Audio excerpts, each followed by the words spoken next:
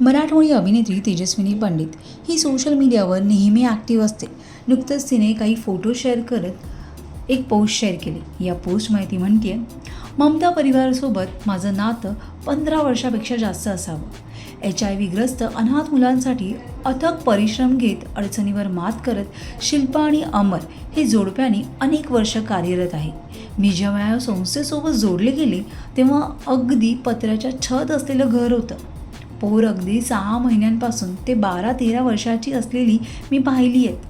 माझा वाढदिवस मी अनेकदा यांच्यासोबत साजरा करते.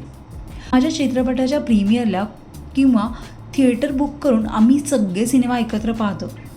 मी जमेल तशी काही ना काही रूपाने यांच्याशी सामील होत असते. जमेल तशी मदत करते. आज अनेकांच्या साहाय्याने आमचं एक हक्काचं घर झालं आहे. ही मुलं स्वावलंबी झाली आहेत. काही तर शिक्षणाने जॉब देखील करत आहेत. काल पहिल्यांदाच ममताचं लग्नघर झालं. कालचा हा दिवस आम्हा सगळ्यांसाठी खूप खास होता. 2 गोड जोडप्यांची लग्न लागली.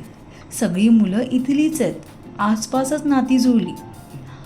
जास्त आनंद या गोष्टीचा आहे की लग्न करून ही आमची पोरं सासरी न जाता इथेच राहणार आहेत. कारण या सगळ्यांचं सासर आणि माहेर हेच आहे. शिल्पाताई आणि अमरदादांचं विशेष कौतुक. कारण तुम्ही या पोरांना घर दिलं, आसरा दिला. त्यांना संसार करण्याचा अधिकार आहे आणि तेही सर्वसामान्यांसारखे स्वप्न बघू शकतात यांची जाणीव करून दिली.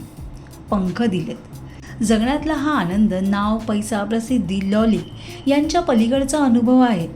ते या लेकरांकडे बघून घेता येतं. आपण किती सुखात राहतो तरीही तक्रार करत फिरत असतो. त्याची वारंवार आठवण होते.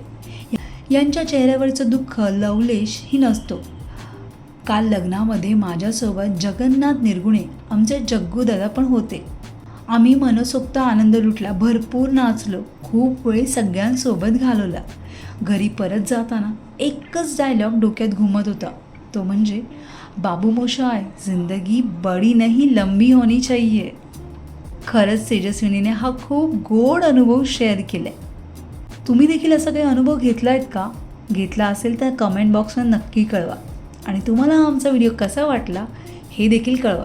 तुम्हाला आमचा व्हिडिओ आवडला असेल तर लाईक करा, शेअर करा, सबस्क्राईब करायला विसरू नका. तसंच बेल आयकॉनवर क्लिक करा जेणेकरून पुढच्या व्हिडिओचं नोटिफिकेशन तुम्हाला सहज मिळेल.